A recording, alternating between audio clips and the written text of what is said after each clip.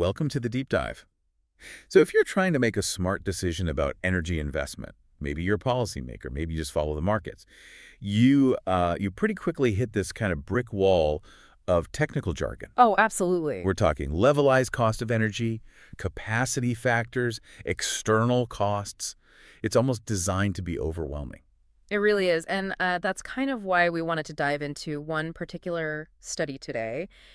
It's foundational and maybe a bit overlooked now. Okay.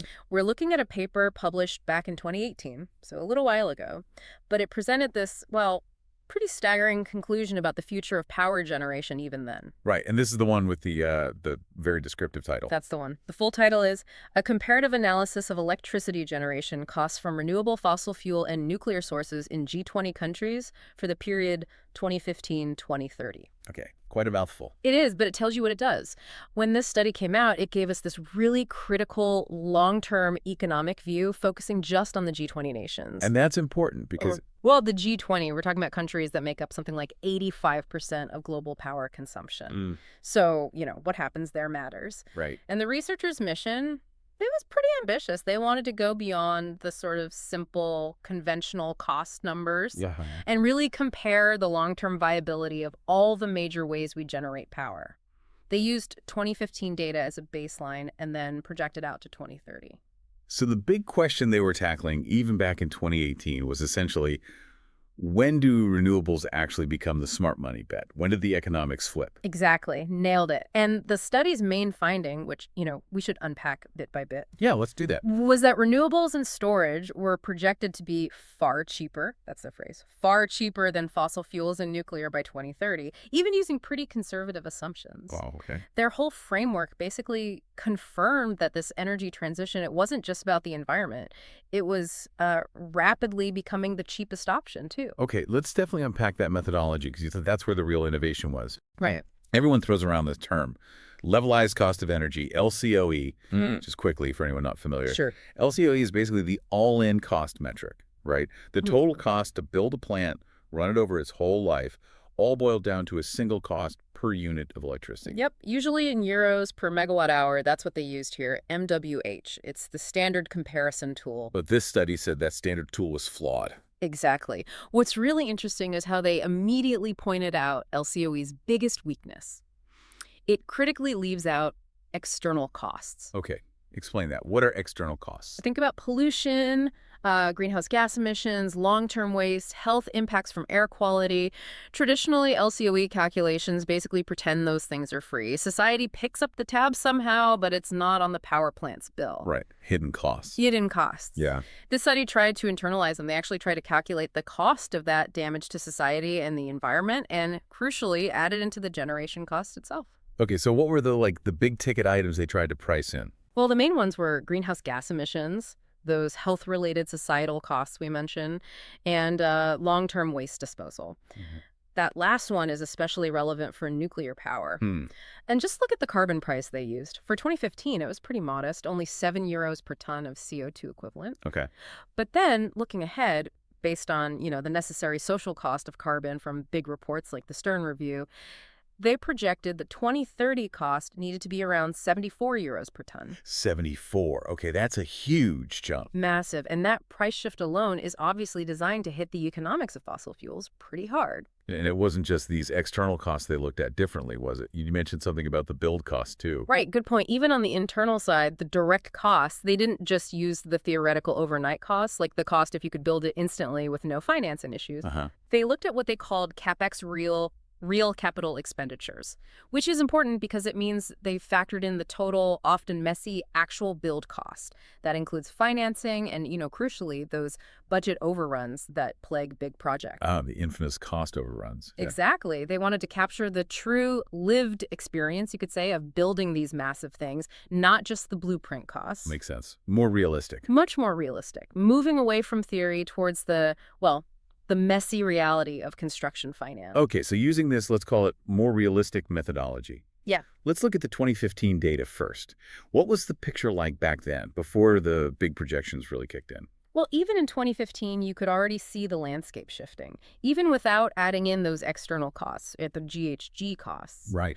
Onshore wind was actually the lowest LCOE option in quite a few G20 countries already. Costs were often down around, say, 18 euros per megawatt hour in some places. 18? That's low. Yeah. And utility scale solar PV, it was competitive too, generally ranging somewhere between 36 and maybe 140 milliwatt, depending on the country. Okay, so renewables were already making inroads just on pure cost back in 2015. They were. But then here's where the external costs really bite, right? The moment you factor those in, Right. how much did the picture change? Oh, dramatically. It was immediate and profound. Once you added the estimated cost of GHG emissions, health impacts, waste management, all that stuff, Yeah. to the conventional sources like coal and nuclear back in 2015, renewables and storage suddenly became cheaper, not just competitive, but cheaper, in almost all the G20 countries studied. Almost all. Wow. Okay, can we get a couple of concrete examples just to anchor that? Sure. Let's see. Okay, take Argentina. In 2015, their onshore wind was already cheap at about 25 euro MWH, significantly lower than coal, which was around 46 euro MWH, and this is before adding external costs. Right. Or look at the UK. Onshore wind was about 44 euro MWH. Coal was about 43 euros MWH, so basically neck and neck. So cost parity was essentially already there in many places by 2015. Exactly. The purely economic argument against renewables was already pretty weak, even back then. Okay, now let's fast forward to the 2030 projections from this 2018 study. This is where things really start to shift, I gather. Yeah, this is where the cost collapse really makes renewables dominant. By 2030, the study projected that renewables and storage would be the absolute low-cost leaders. And crucially. Crucially, even without internalizing those external costs. Ah. So even if you ignore pollution and climate damage costs, Wow. renewables still win purely on the direct economics projected for 2030. And this was driven entirely by the expected rapid technology improvements and the resulting cost drops, especially in solar PV and batteries. Okay, what are those sort of headline numbers for 2030? Let's talk about the low end of those projections, the really cheap scenarios. Right. The real economic knockout punch, you could say, comes from utility scale solar PV.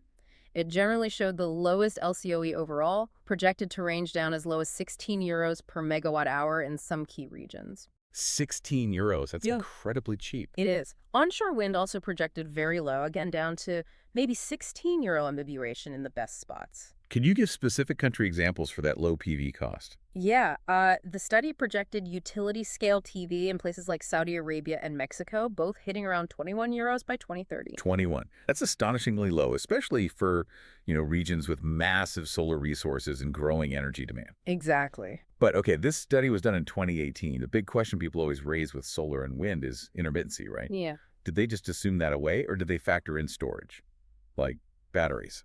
That's a really important point. No, they didn't ignore it. They did factor in storage. And importantly, they showed that solar PV combined with utility-scale battery systems. Yep. So addressing that intermittency issue directly was still highly competitive. The LCOE range for solar plus storage was projected between 21 and 165 euro MWh. Ah, so that low-end figure, the 21 euros, Mm. that includes batteries. In some optimal scenarios, yes. It showed that even when you account for the cost of smoothing out the supply with batteries, the whole system could still be competitive with or cheaper than conventional power plants running constantly. And presumably, they were basing that on projected drops in battery costs? Yes, based on projected improvements in battery tech and cost reduction curves. And, if anything, battery costs have probably fallen even faster since 2018 than many predicted. Right, that seems to be the trend. Okay, so those renewable figures, they tell one side of the story. But to really grasp the shift, we need to look at the other side. Why did conventional sources, especially nuclear, end up looking so expensive in these 2030 projections? Particularly when you add that hefty 74 euro per ton carbon price onto fossil fuels. Yeah, that carbon price makes a big difference for coal and gas. When you fully account for CO2 equivalent costs and other externalities, coal's LCOE in 2030 just skyrockets. It ranges from about 115 up to 186 euro MWH, making it, one of the most prohibitively expensive choices. Wow, okay, and gas.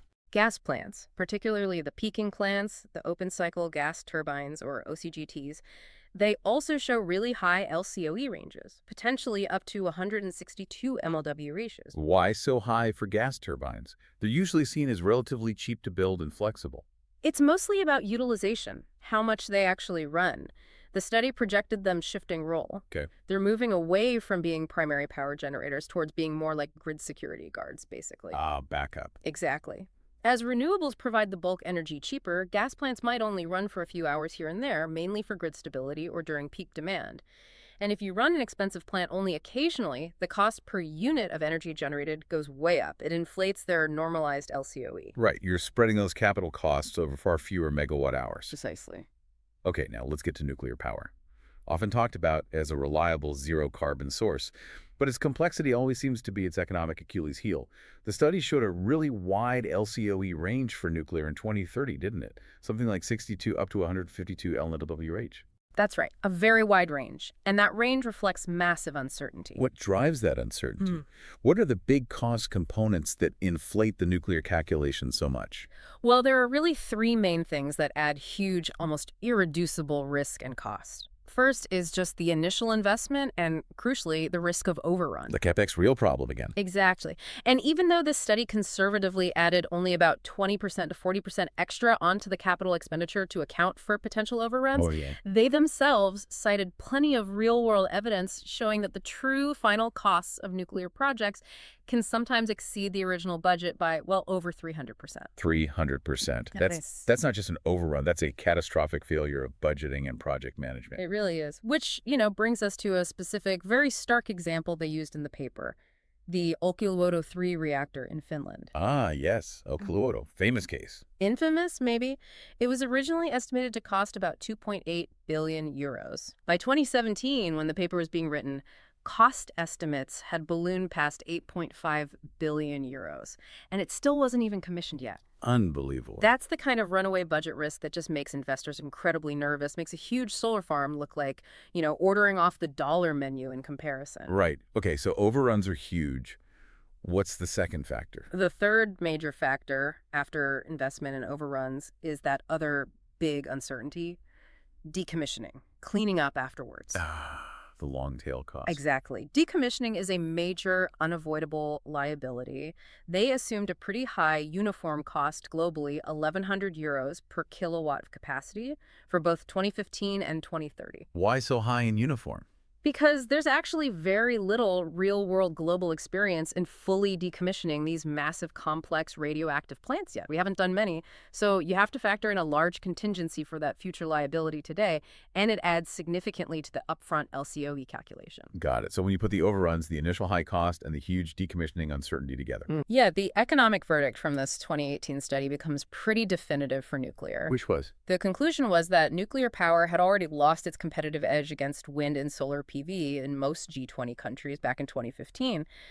And that position just got worse by the 2030 projections, especially when you factor in all those high levels of social, environmental, and sheer economic risk tied up in these mega projects. Okay, so let's bring this all together. What does this mean for you listening now? The central finding, really, of this 2018 report, again, that's a comparative analysis of electricity generation costs from renewable, fossil fuel, and nuclear sources in G20 countries for the period 2015-2030, seems crystal clear. It does. The transition to renewables looks like a clear economic win for the world's major economies by 2030. The costs are just dramatically lower on the balance sheet alone. Right. And then, when you start trying to account for those hidden external costs of conventional power pollution, health, climate, the economic argument just becomes overwhelming. It really does. And we should probably emphasize the broader benefits the researchers pointed to as well. Yeah, good point. This shift, it isn't just about saving money on, like, a utility spreadsheet. It translates into real, tangible socioeconomic benefits for everyone. Things like better public health outcomes. Right. Cleaner air. Exactly. Drastically reduced health costs related to pollution. And improved energy security, too, as countries become less reliant on volatile global markets for fossil fuels. Okay, so the study leaves us with this final provocative thought, which feels really crucial for decisions being made right now, today. They argued back in 2018 that countries should actually start investing heavily in renewables well ahead of 2030. The idea was to manage a smoother transition, minimize disruption. Right, to get ahead of the curve. Which really raises the critical question for today, doesn't it? If the economics were already pointing so clearly this way years ago, And we know the actual cost curve for renewables has dropped maybe even faster than this 2018 study predicted. Yes, arguably it has. Then what's the real cost of delaying this inevitable transition any further? That's the question, isn't it? That might be the ultimate penalty. Not just paying for the new energy system, but paying for the inertia, paying for sticking with the old systems too long. A powerful thought to end on. That was the deep dive into a comparative analysis of electricity generation costs from renewable fossil fuel and nuclear sources in G20 countries for the period 2015-2030. We'll catch you next time.